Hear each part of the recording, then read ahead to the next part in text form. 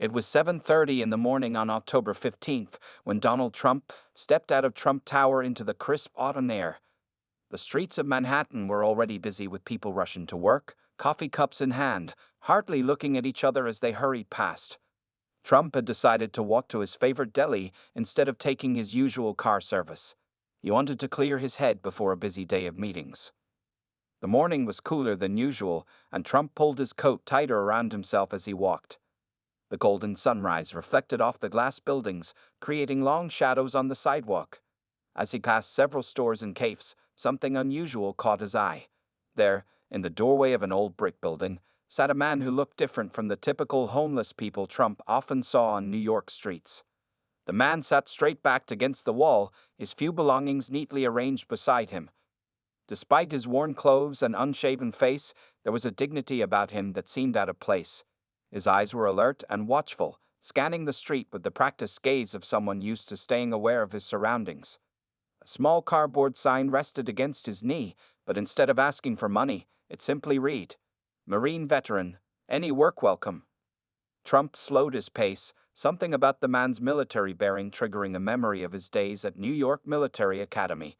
The veteran, who would later be known as James Martinez, was carefully folding a thin blanket, his movements precise and deliberate.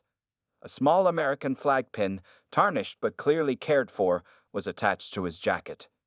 As Trump watched, a young woman stopped and offered Martinez a cup of coffee.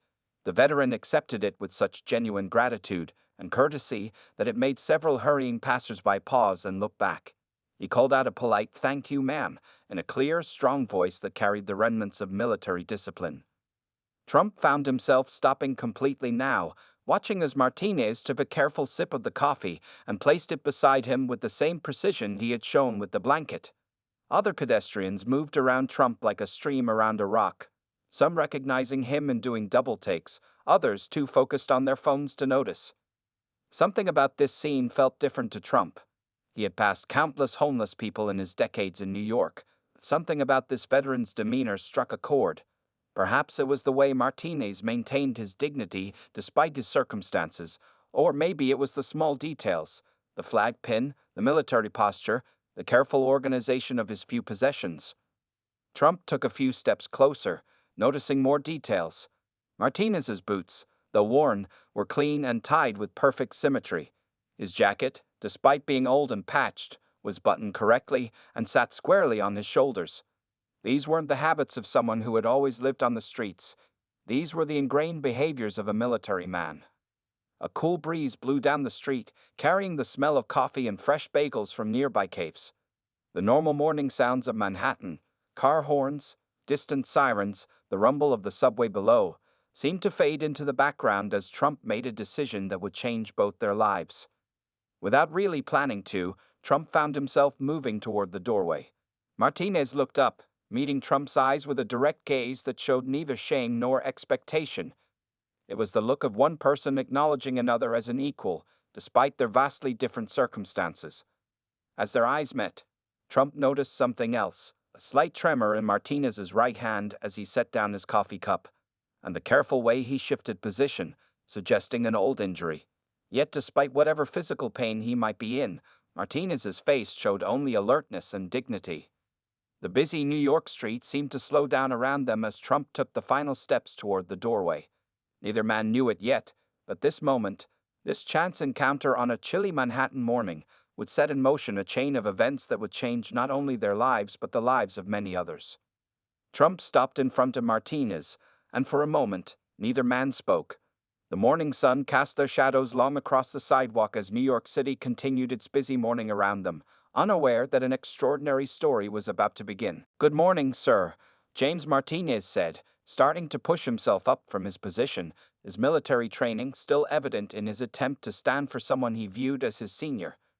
Trump quickly gestured for him to stay seated, noticing the flash of pain that crossed Martinez's face as he moved.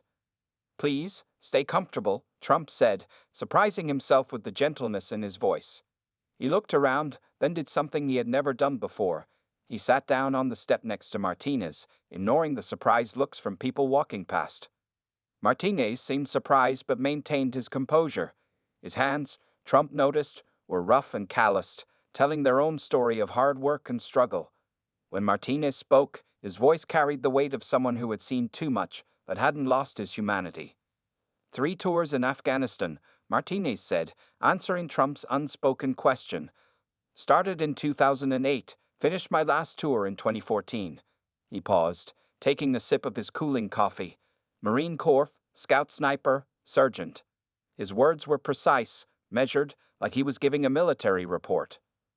Trump listened as Martinez shared his story. The veteran had grown up in a small town in Texas, joined the Marines right after high school. He had been good at his job. Very good. His unit had one of the highest success rates in their operations. But success in war came with its own price. It was during my last tour, Martinez continued, his eyes focused on something distant. We were securing a village when everything went wrong. He described how an explosion had thrown him against a wall, severely injuring his back. But despite his injury, he had managed to help 3 of his teammates reach safety. The morning crowd continued to flow around them, but Trump found himself completely absorbed in Martinez's story. The veteran described his return home, how he had received a Purple Heart and other commendations. But the real battle began after he came back to civilian life. The back injury proved more serious than initially thought. Multiple surgeries followed, eating through his savings. The physical pain was constant, but it was the invisible wounds that proved harder to heal. The nightmares, the sudden flashbacks, the struggle to adjust to civilian life. Martinez described these with simple, honest words that hit harder than any dramatic telling could. PTSD, Martinez said, speaking the letters like they were an old enemy. The doctors tried different medications, different therapies. Some helped, some didn't. But the medical bills kept piling up.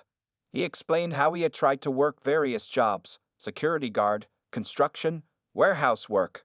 But the combination of his back injury and PTSD made it impossible to keep steady employment. His wife had stuck with him through the first 2 years, but the strain became too much. She left, taking their savings with her. Without a steady income, he couldn't keep up with rent. The veterans support system tried to help, but he kept falling through different cracks in the system. Been on the street for 8 months now, Martinez said, his voice matter of fact, freed from self-pity. He showed Trump a worn folder containing his military records, medical documents, and various attempts to get help through official channels.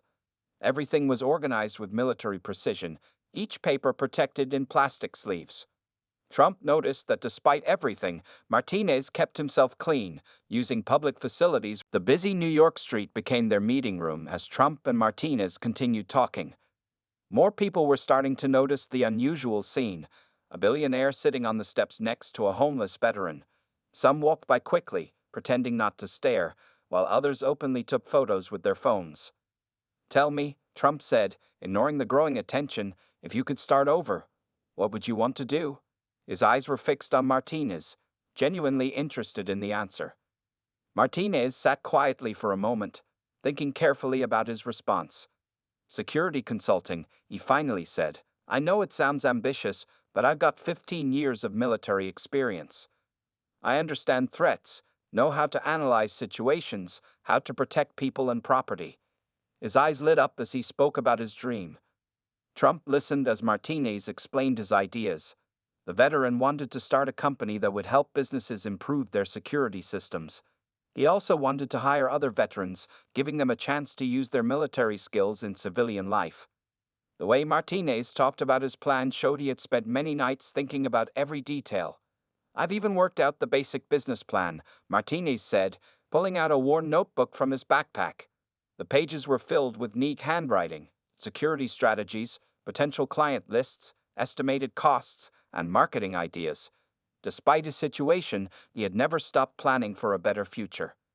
As Martinez showed his notebook, a young boy walking with his mother pointed at Trump. Mom, isn't that? The mother quickly pulled him along, but not before Martinez noticed. He looked at Trump more carefully, and his eyes widened with recognition. Mr. Trump, Martinez asked, suddenly realizing who he had been talking to. His military training kicked in again, and he started to stand up, but Trump gestured for him to stay seated. Please, continue showing me your plans, Trump said, genuinely interested in Martinez's ideas. The veteran hesitated for a moment, then opened his notebook again.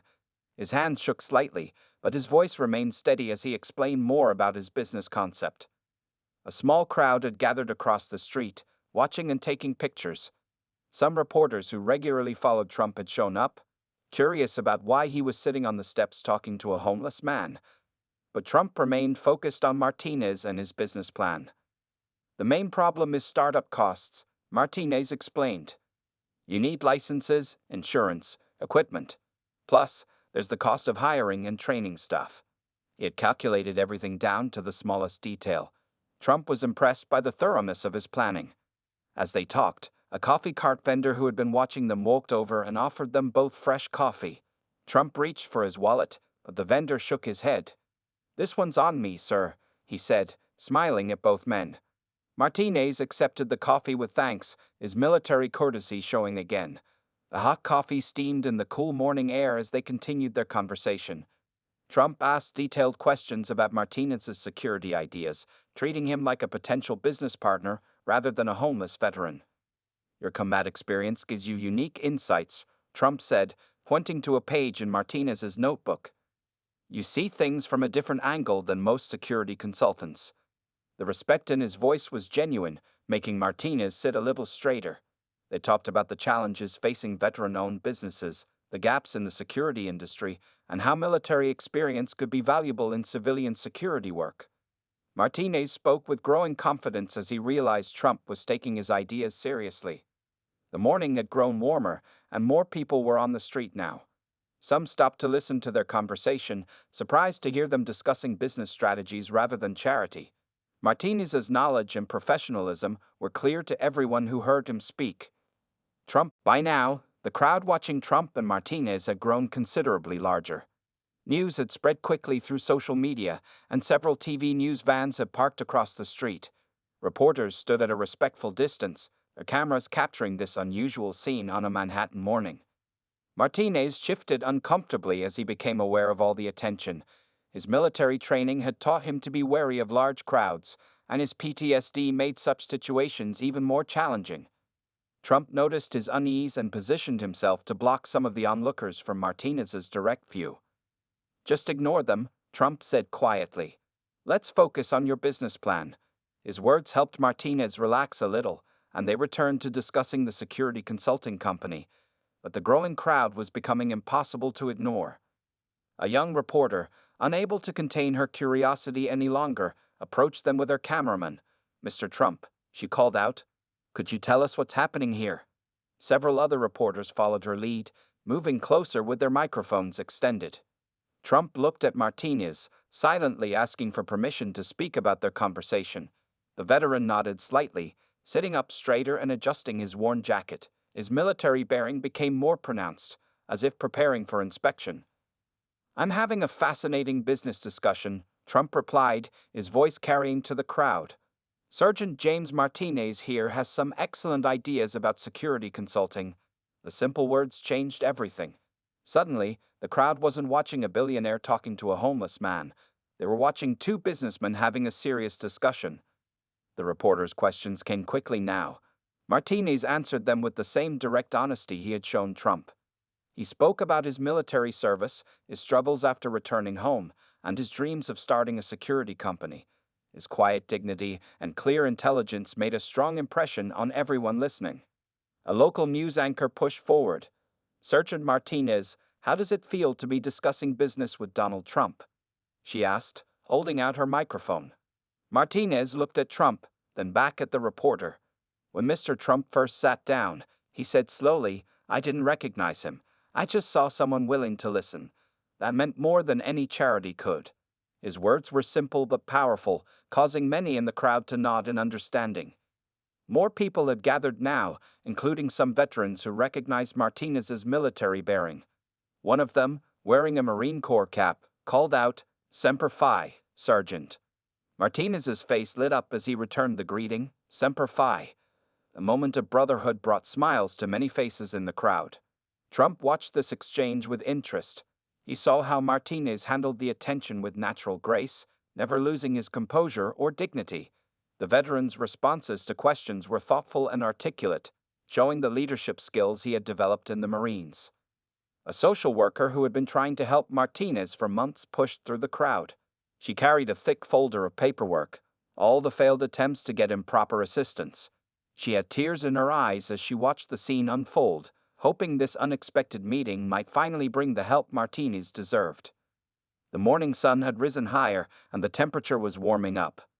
Someone from a nearby deli brought out bottles of water for Trump and Martinez. The simple act of kindness inspired others.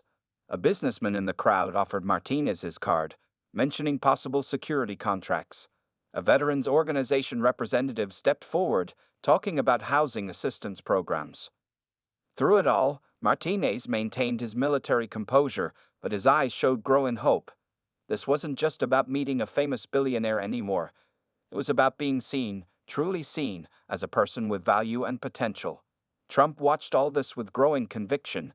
He had met thousands of people in his life, made countless deals, but something about this encounter felt different. In Martinez, he saw not just a homeless veteran who needed help, but a capable leader who could help other veterans if given the chance.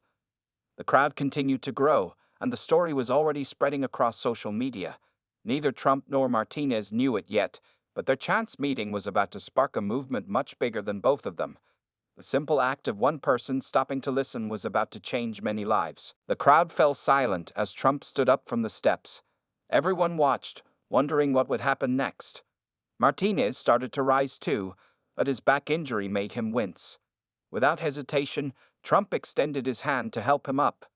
"Sergeant Martinez," Trump said, his voice carrying across the now quiet street, "I've made many business deals in my life, but none quite like this."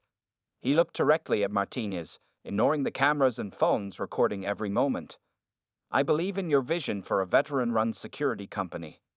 Martinez stood straight despite his pain, his military bearing evident as Trump continued speaking. The morning sun cast long shadows behind them as they stood on the steps where they'd spent the last 2 hours talking. "Here's what I'm going to do," Trump announced, both to Martinez and the gathered crowd. "First, you need proper medical care for your back and PTSD. I'm making arrangements right now for you to receive treatment at the best private medical facility in New York." He pulled out his phone and began typing a message to his assistant. Martinez's eyes widened. After years of struggling with inadequate medical care, this offer seemed almost unreal, but Trump wasn't finished. "Second," Trump continued, "you'll need a place to stay during your treatment and recovery. I'm providing you with an apartment in one of my buildings, fully furnished, for as long as you need it." The crowd murmured in approval, and several people wiped tears from their eyes. The social worker who had been trying to help Martinez stepped forward, clutching her folder of paperwork. Trump turned to her. "Please coordinate with my office. We'll need your help to make sure Sergeant Martinez gets all the veterans' benefits he's entitled to." Martinez stood silently, his military training helping him maintain composure despite the emotional moment. His hands were steady now, his back a little straighter, as hope replaced uncertainty in his eyes. "But most importantly," Trump said, turning back to Martinez, "once you're better, we're going to make your security company a reality." He reached into his jacket and pulled out his personal business card.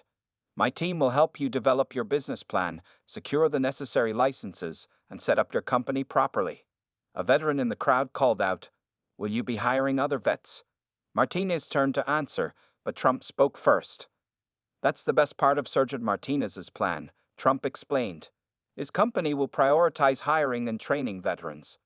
We're not just creating a business, we're creating opportunities for the men and women who served our country."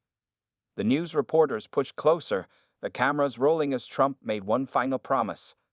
"I'm not just investing money in this company," he declared. "I'm investing in Sergeant Martinez's leadership and vision. This isn't charity, it's good business." Martinez finally spoke, his voice steady despite his emotion. "Mr. Trump, I don't know how to thank you." But Trump shook his head. "Don't thank me yet," he said. "The hard work is just beginning." "Are you ready for that, Sergeant?" The question was asked in the same tone a commanding officer might use. Martinez's response was immediate and firm. "Yes, sir. Absolutely ready, sir."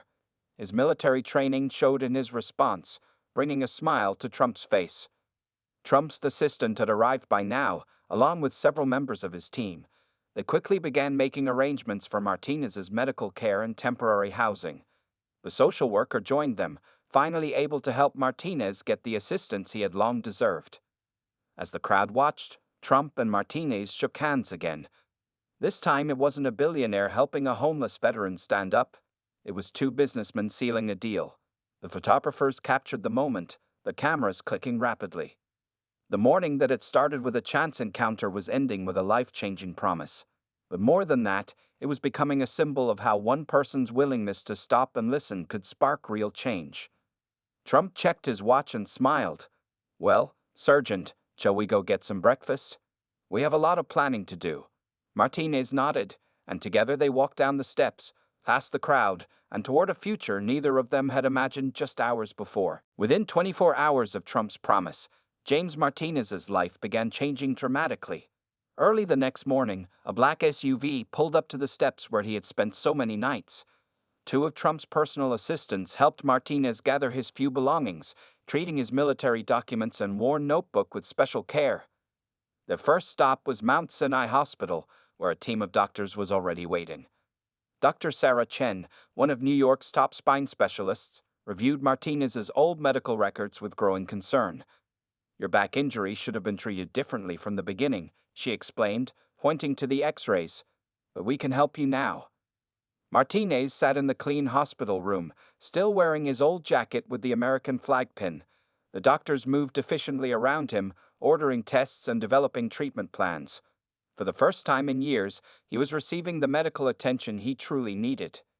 "The PTSD treatment is just as important as the back surgery," explained Dr. Michael Ross, a head psychiatrist. He spoke to Martinez with respect, understanding the courage it took for a military man to accept mental health help. "We'll work at your pace, Sergeant. You're in control here." While Martinez underwent his initial medical evaluations, Trump's team was busy at another location. They had found a one-bedroom apartment in a quiet building owned by Trump. Cleaners, painters, and furniture delivery people worked quickly to make the space comfortable and livable. By evening, Martinez stood in the doorway of his new apartment, barely believing what he saw. The space was simple but perfect.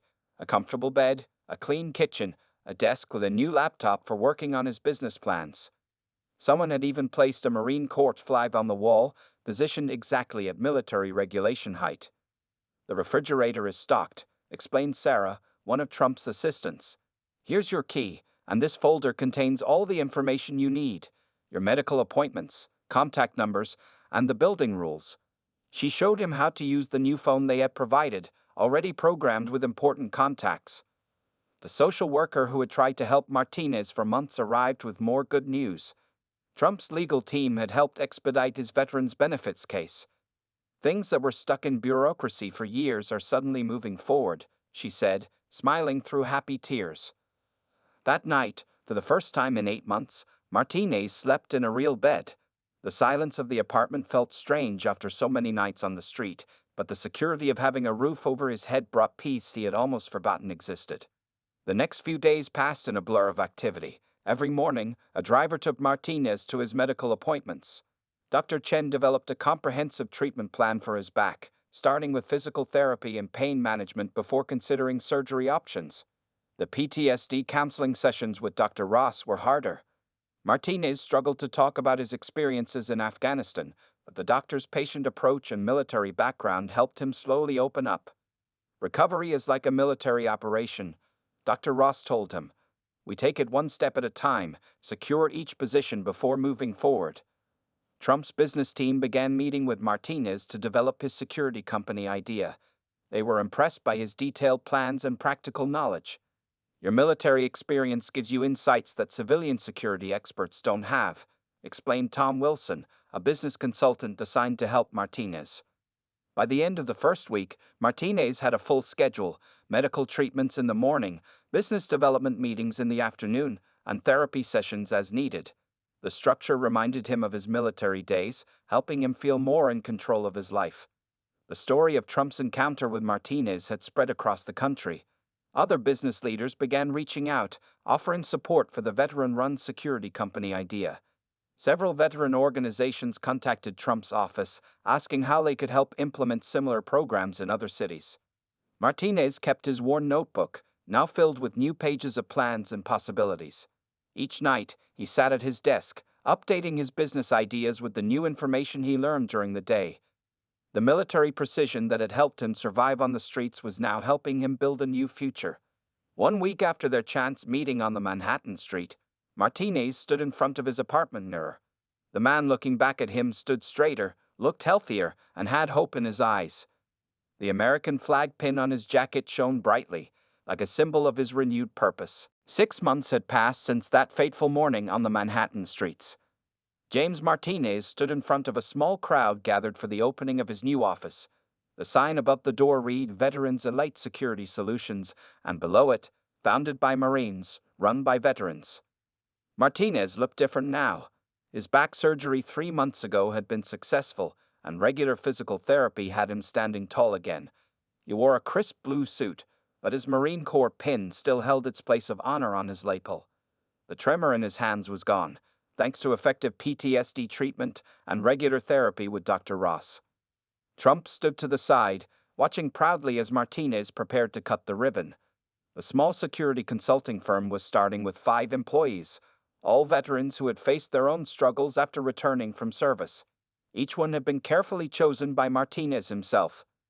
"When I was homeless on these streets," Martinez began his speech, his voice strong and clear, "I never stopped planning for this day, but planning and doing are 2 different things. Sometimes you need someone to believe in you before you can turn plans into reality." The crowd included many familiar faces. The social worker who had helped him for months was there, beaming with pride. Dr. Chen and Dr. Ross had come to support their patient who had become their friend.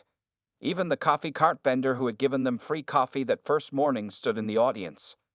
Martinez's first client was in attendance too, a major hotel chain that had signed a contract for security consulting services.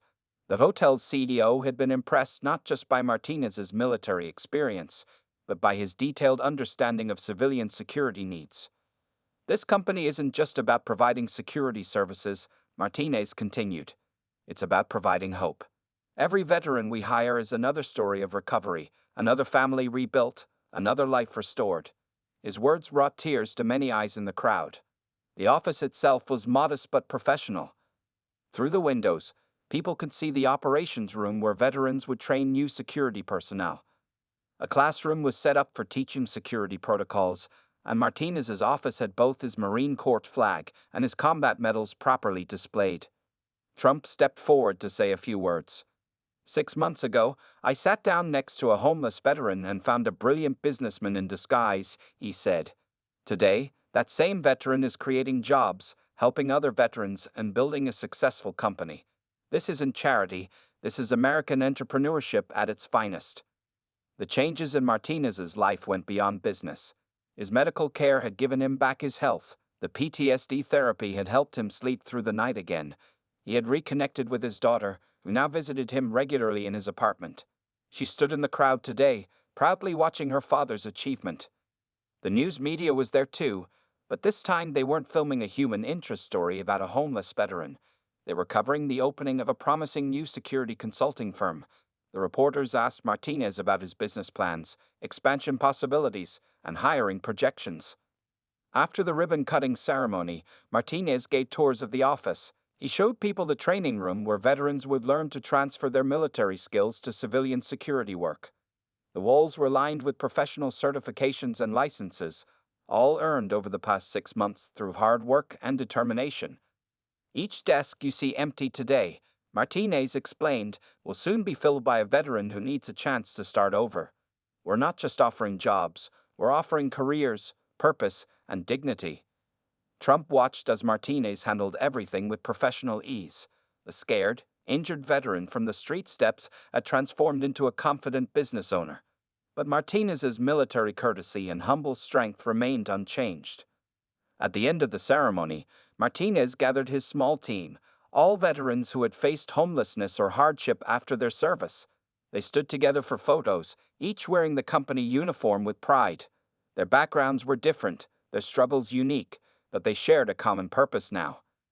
The day ended with Martinez sitting at his desk in his new office. He opened his old notebook, the one he had carried on the streets, and looked at his original business plans.